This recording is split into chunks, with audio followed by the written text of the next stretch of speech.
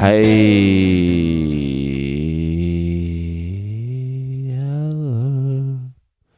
hello, darkness, my old friend.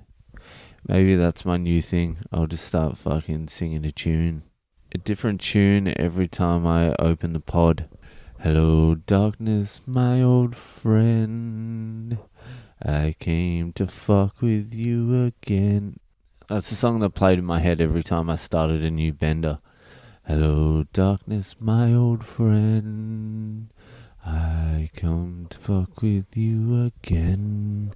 And I just always pictured it, the devil singing it to me, giving me a wristy, a good, strong devil wristy. Alright, so I've been investigating life, and apparently it looks like all roads lead to suffering. Yep. Apparently there's no easy pathway through life, and if you want to succeed or move towards self-realization or actualization or individuation, any of these things people are calling it, you've got to suffer. Ugh.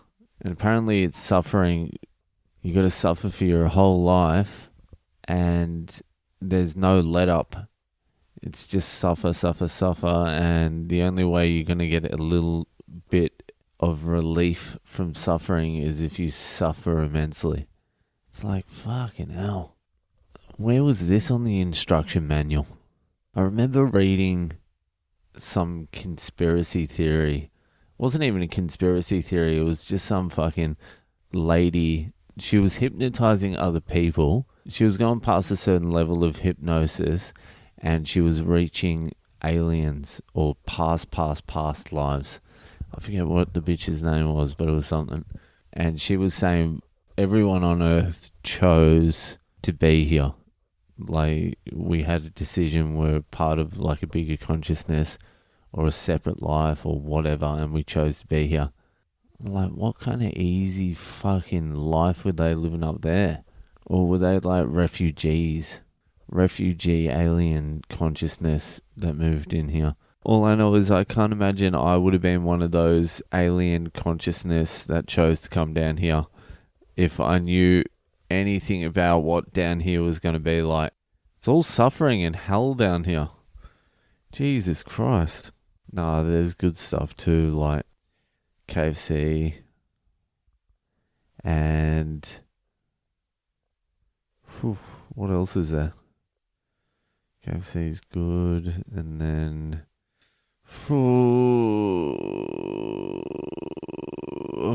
no, that's about it. KFC, I suppose that's worth it.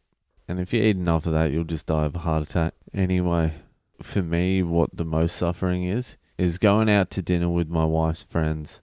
Jesus Christ, that is awkward. Especially now I'm not drinking. At least I used to be able to have a few beers and try and get into it. Now I sit at the table. People ask me if I want a beer. I'm like, no, I'm not drinking. Then I get the follow-up question, why aren't you drinking? Then I have to make some joke about why I'm not drinking. And then people try and make conversation with me. And I have the surface answer. And then I have no other follow-up conversation. So I'll give the surface answer. And then I'll stop talking and stare. Like, how are the gigs going, Dave? How's comedy going? Yeah, really good. Do you gig every night? Not every night, but I try and get out 4 nights, 5 nights a week.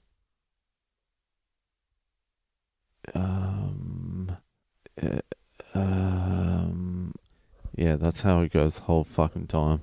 I'm like, can we just stare at each other awkwardly? Why do we even have to talk? I can just stare at you.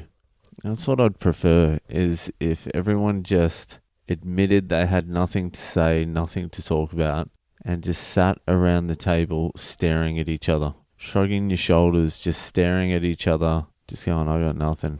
Nothing to say to you. Can't think of anything. Who invented dinners anyway? It's crazy. Food's always shit.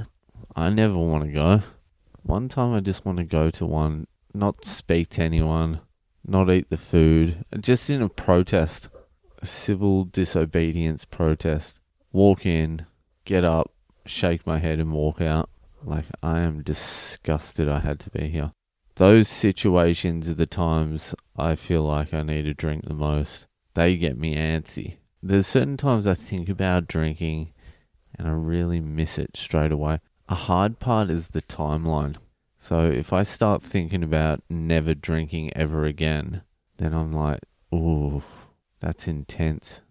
And then I start thinking about all the things that I won't be able to do because I'm never drinking again. Then it starts getting hard. It's like if you're in the sauna and you say to yourself, all right, I'm going to stay in here for 15 more minutes, and you're already fucked. And you see those 15 minutes and they really go fucking slow. Oh well, maybe my life will end up being a little bit longer because it'll be so fucking slow and not much going on. All right, keep listening to the podcast, subscribe, give us a 5-star review, and, just keep trucking on. Goodbye, darkness, my old friend. I cannot fuck with you again. Laters.